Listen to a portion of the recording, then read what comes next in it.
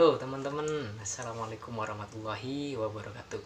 Berjumpa lagi dengan saya, Fendi Hidayat. Pada kesempatan kali ini, saya akan sedikit berbagi lagi. Dan tentunya saya tidak akan bosan-bosan dalam berbagi ilmu atau pengetahuan kepada teman-teman. Tentunya di bidang senapan angin. Jadi pada kesempatan kali ini, saya akan berbagi tentang cara mengetahui titik jatuh mimis pada tembakan kita, tentunya di jarak yang berbeda-beda. Misalkan kita sedang menembak di jarak 10 meter, 20 meter, 30 meter, 40 meter, 50 meter, dan seterusnya. Kita bisa mengetahui titik jatuh mimis kita berada pada posisi mana. Mungkin cara yang saya share ini sudah banyak yang tahu, namun tidak ada salahnya untuk saya share ke teman-teman pemula seperti saya khususnya, agar kita bisa sama-sama belajar untuk menjadi seorang penembak yang jitu, seorang penembak yang handal ya. Baik, bagi yang masih belum subscribe, apabila channel saya ini bermanfaat buat teman-teman, bisa bantu mohon dukungannya untuk subscribe channel saya agar saya semakin giat, semakin semangat dalam membuat konten-konten selanjutnya. Apabila teman-teman menyukai video ini, jangan lupa tinggalkan like, komen, dan juga share ke teman-teman juga. Baik, bagaimana caranya? Simak terus video ini. Oke, untuk langkah yang pertama yaitu kita buka terlebih dahulu aplikasi Strelok Plus pada HP Android kita. Untuk tampilan utama dari aplikasi Strelok Plus ini adalah sebagai berikut. Ya. Jadi di sini ada beberapa menu dari aplikasi Strelok Plus. Kemudian, sebelum kita ingin mengetahui titik jatuh mimis pada tembakan kita diwajibkan untuk mengisi data terlebih dahulu. Data yang pertama yaitu yang kita isi yaitu pada menu rifle 1. Kita buka. Nah, ini ada 4 kotak atau 4 menu. Yang kita isi yang pertama yaitu pada menu scope.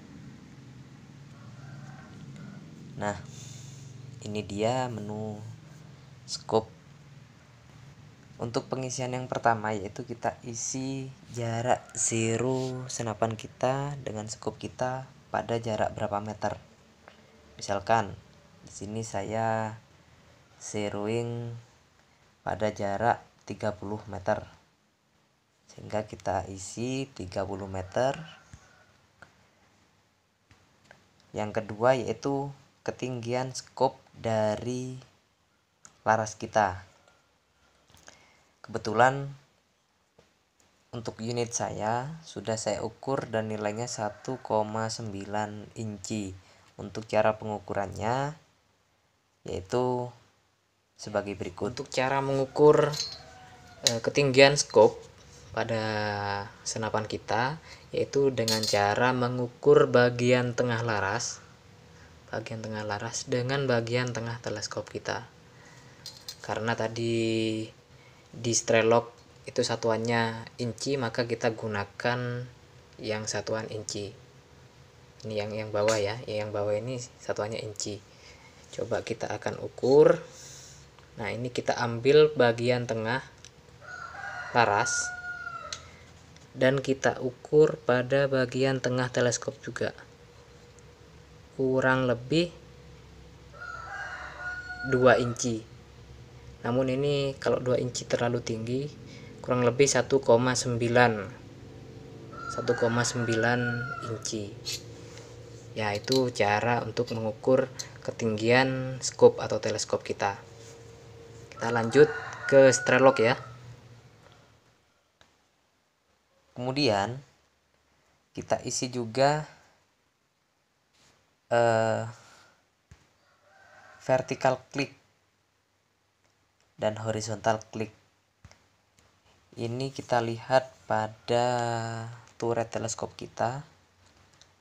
Kebetulan punya saya itu nilainya 1/4 MOA, jadi saya tuliskan 0,25, dan yang horizontal juga 0,25 MOA.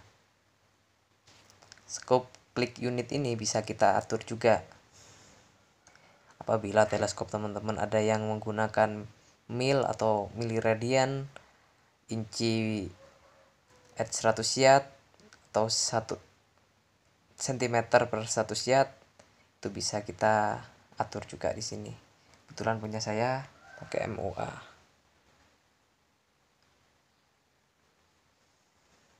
Kemudian kita klik OK.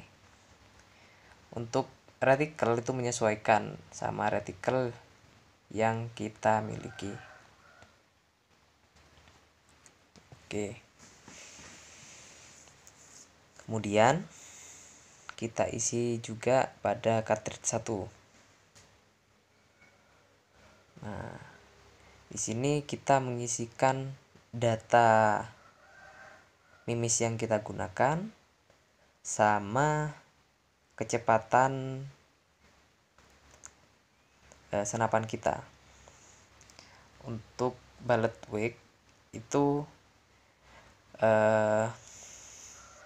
berat mimis dalam satuan grain. Tuliskan 12,3 punya saya, ballistic coefficientnya 0,071 0,017 maksud saya. Kemudian bullet speednya itu kita isikan, itu tergantung dari spesifikasi senapan dari teman-teman ya. Itu bullet speed itu yang biasa disebut FPS, feet per second. Kemudian temperatur kita sesuaikan di daerah kita. Kebetulan di tempat saya 26 derajat Celcius. Kemudian kita klik OK. Untuk yang ketiga, kita lakukan pengisian data pada zeroing weather. Nah, untuk mengisi data ini bisa kita langsung mengisi data secara otomatis.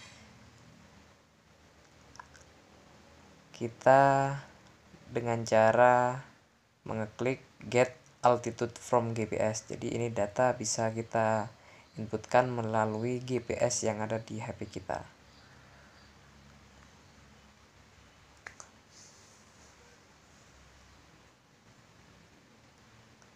Kemudian kita klik OK. Nah, ini sudah selesai. Data sudah kita isi semua. Kemudian kita bisa mengetahui titik jatuh mimis pada jarak yang berbeda-beda berada pada posisi mana. Untuk mengetahui itu semua, kita bisa mengisikan data jarak atau meter, berapa meter kita menembak pada bagian kolom atas ini.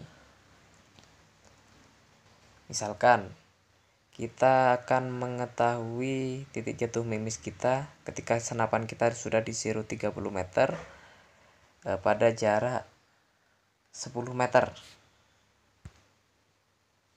Untuk slope angle itu karena kita akan mencoba menembak mendatar, kita isikan 0, wind speednya 0, wind directionnya 0. Kita abaikan wind speed sama wind direction atau arah angin.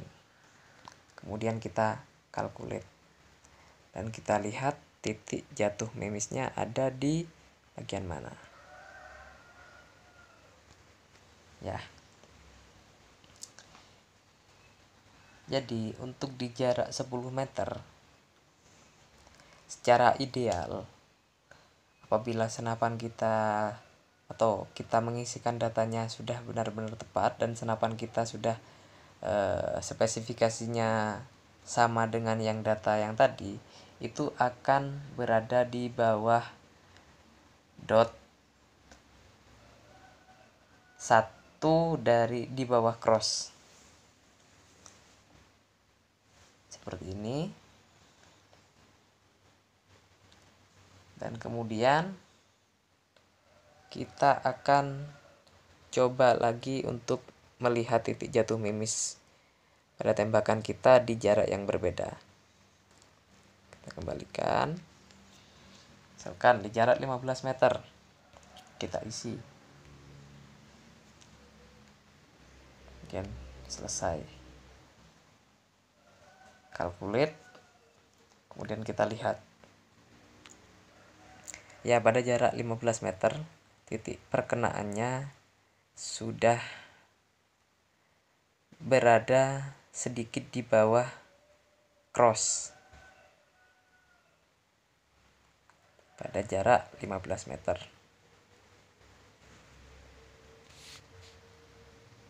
Coba kita lakukan percobaan lagi di jarak 20 meter.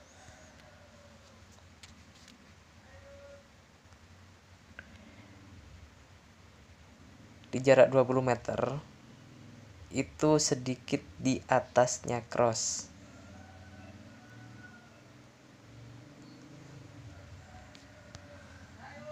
Jarak 25 meter. Kita coba.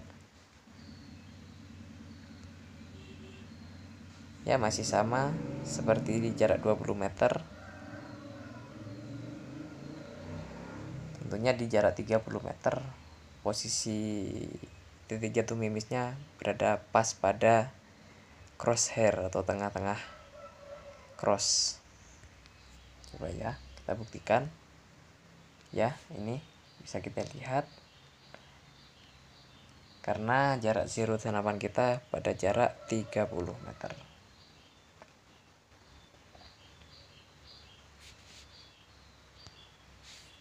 Kemudian kita coba lagi 35 meter.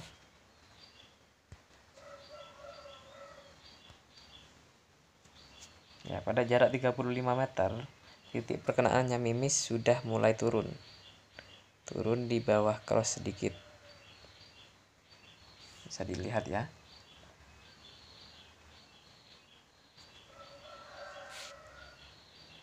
Kita coba lagi di jarak 40 meter.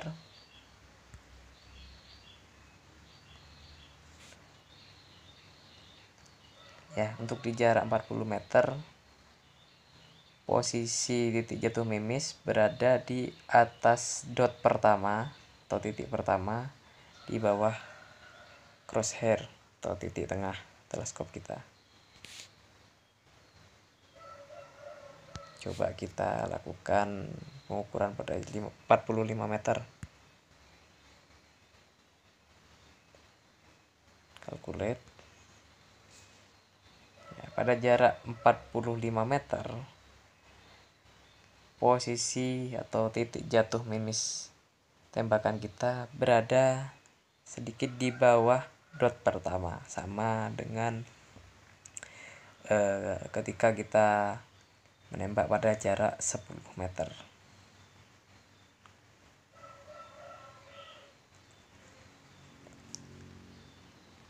Kita coba lagi di jarak 50 meter.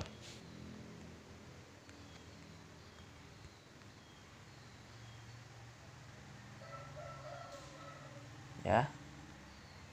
Ini di jarak 50 meter posisi titik jatuh mimis kita berada sedikit di atas dot kedua di bawah crosshair teleskop kita. Ya, itu sangat mudah sekali ya untuk mengetahui titik jatuh mimis tembakan kita hanya dengan menggunakan aplikasi Strelok Plus ini. Namun untuk karakteristik senapan yang berbeda-beda, maka hasilnya juga akan berbeda-beda juga, tergantung kita mengisi datanya. Kita mengisi datanya ini sesuai dengan spesifikasi dari senapan kita. Misalkan senapan kita memiliki FPS yang lebih tinggi, itu mungkin akan berbeda dengan percobaan saya ini hasilnya, karena titik jatuh mimis tersebut juga dipengaruhi oleh yang pertama kecepatan dari peluru ketika kita tembakkan, yang kedua dari berat mimis. Banyak sekali faktor-faktor yang mempengaruhi. Kita sesuaikan saja dengan yang kita gunakan. Nah, itu ya caranya. Sangat mudah sekali. Dan menurut saya ini sangat berguna apabila kita gunakan dalam kegiatan berburu. Misalkan ada jarak target 80 meter, kita langsung tulis saja 80 meter. Kemudian misalkan ada wind speednya 3 meter per jam, misalkan wind directionnya misalkan 90 derajat ke arah kiri, maka kita calculate. Nah, untuk hasil tembakannya yaitu berada di kiri crosshair, ke bawahnya ada 1, 2, 3, 4, 5, 6 dot di bawah crosshair dan 2 dot di kiri crosshair. Ya, sangat mudah sekali untuk mengetahui titik jatuh mimis pada tembakan kita ya, hanya menggunakan aplikasi Strikelock Plus ini. Ya, semoga tutorial kali ini bisa bermanfaat buat teman-teman pemula seperti saya, agar kita bisa menjadi seorang penembak yang jitu, penembak yang handal. Apabila channel saya ini bermanfaat, bisa bantu subscribe channel saya, dan jangan lupa like, komen, dan juga share. Terima kasih. Wassalamualaikum warahmatullahi wabarakatuh. Salam satu laras.